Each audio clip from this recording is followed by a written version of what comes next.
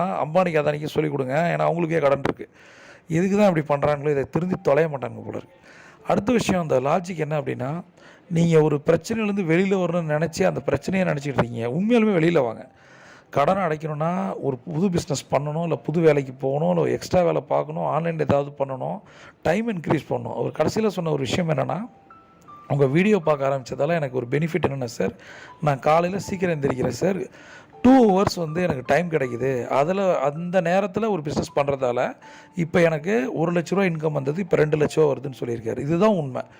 நீங்கள் ப்ராப்பராக இந்த ஸ்ட்ராட்டஜியை யூஸ் பண்ணிங்கன்னா ஆட்டோமேட்டிக்காக உங்களுக்கு டைம் கிடைக்கும்போது வேறு ஏதாவது பிஸ்னஸ் கூட பண்ண முடியும் முதலீடே இல்லாமல். அப்போ ஆட்டோமேட்டிக்காக உங்களை இன்கம் இன்க்ரீஸ் ஆகும். அதுதான் கடனை அடைக்க வைக்கும். 1,00,000 வாங்கிட்டு இருந்தவர் இப்போ அவரோட கமிட்மெண்ட் எவ்வளவு? 3 கோடி ரூபா. 1,80,00,000 இமீடியட்டாக கொடுக்கணுமா? அந்தளவுக்கு சேலஞ்ச் இருக்கா அவர். ஆட்டோமேட்டிக்காக இப்போ என்ன பண்ணுறாரு, 1,00,000 இன்கம்லேருந்து 2,00,000 வந்துட்டார். இது நல்ல விஷயமா பாராட்டுறேன் நான்.